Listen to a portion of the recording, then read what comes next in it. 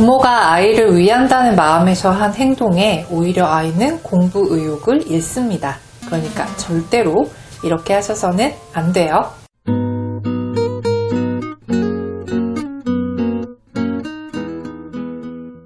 안녕하세요. 스스로 공부하는 아이들이 늘어나길 바라며 다방면으로 학습법을 연구 중인 주단쌤입니다. 아이들이 공부 의욕을 갖도록 부모가 챙겨줘야 할 것들이 많습니다. 칭찬도 해줘야 하죠.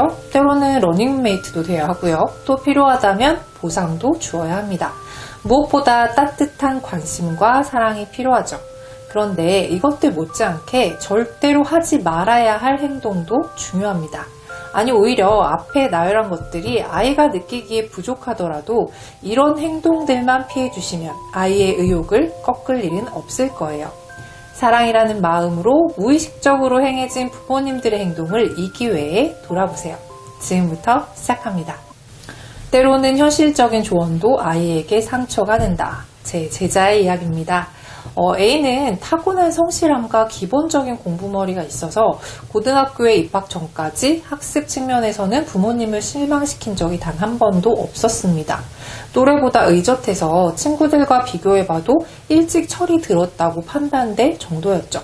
하지만 고등학교에 진학하고 처음 본 시험에서 생각보다 좋은 성적을 받지 못했어요. 부모님과 본인의 기대가 굉장히 컸고 한 번도 그런 경험을 해본 적이 없었기 때문에 좌절감은 더 깊었죠.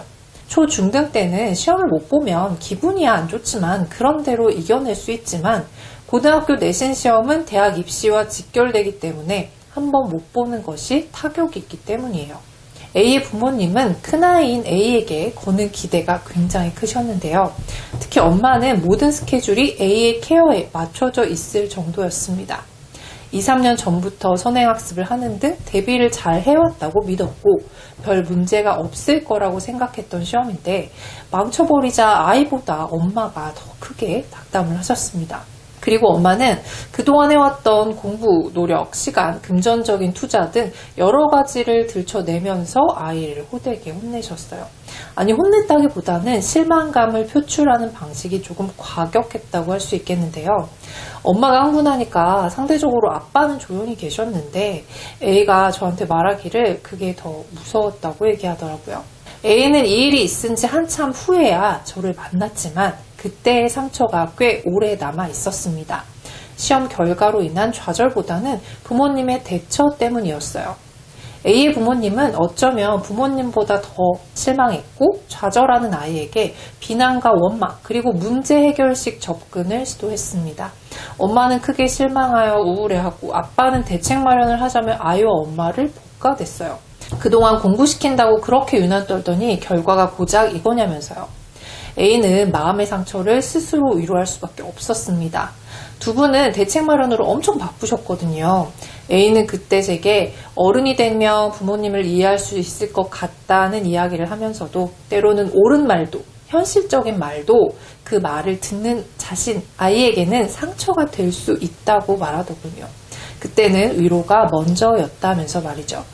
저는 이 사례가 전형적으로 잘못된 방식의 사랑 표현이었다고 생각합니다. 부모님은 당연히 아이를 위해서 그러셨을 거예요. 이대로 주저앉을 수는 없으니까요. 게다가 하루가 아쉬운 고등학생 시기에 한시라도 빨리 해결책을 모색해야 하니까요. 그게 부모님의 역할과 도리라고 생각하셨겠죠. 하지만 아무리 의젓하고 또 다 큰 어른처럼 보이는 고등학생도 아직 아이입니다. 상처받은 마음을 먼저 위로해주고 방법은 그 다음에 함께 찾아도 늦지 않았을 텐데 참 아쉬운 사례죠. B의 어머님은 동네에서 인정하는 엄마표 전도사였습니다. 그 덕분에 아이들은 어릴 때부터 좋다는 온갖 전직 프로그램 교구 모두 섭렵했죠.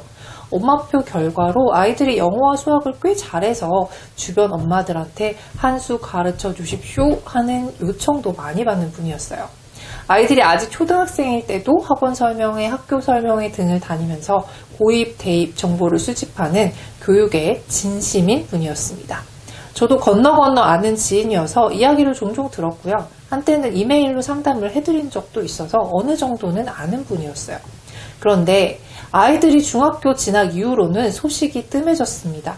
듣자 하니까 엄마의 열정적인 교육열에 비해 아이들이 크게 성과를 내지 못한다는 얘기가 들리더라고요. 특히 중2 아들인 B가 사춘기를 호되게 겪어서 공부는 어느 정도 손을 놓았다는 소식도 들려왔습니다. 이 사례는 전형적인 부모의 의욕과 에너지가 아이에게 전달되지 않은 안타까운 경우입니다. B의 사춘기는 아마도 어린 시절부터 억눌러 온 감정이 표출되었기에 조금 거세졌을 가능성이 큽니다.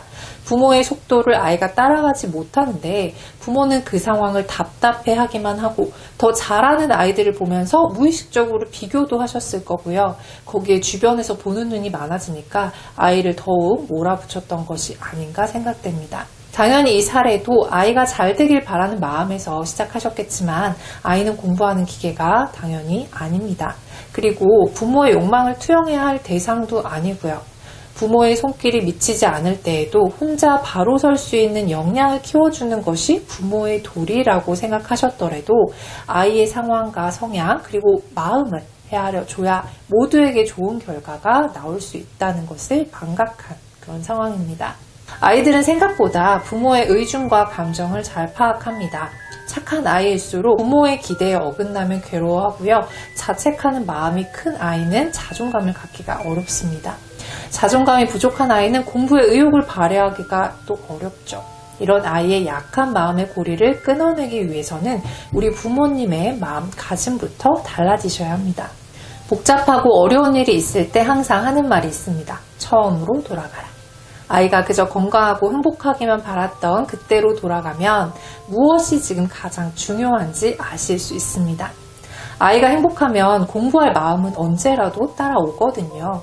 부모는 그저 어떤 환경에서든 아이가 스스로를 행복하게 만들 수 있는 사람으로 성장하는 것, 바로 그걸 바라시고 그곳에 이르는 길은 아이가 스스로 정하도록 그 마음을 알아주시고 보듬어 주셨으면 합니다.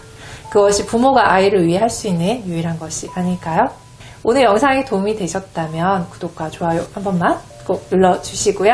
저는 다음에 또 유익한 영상으로 인사드리도록 하겠습니다. 감사합니다.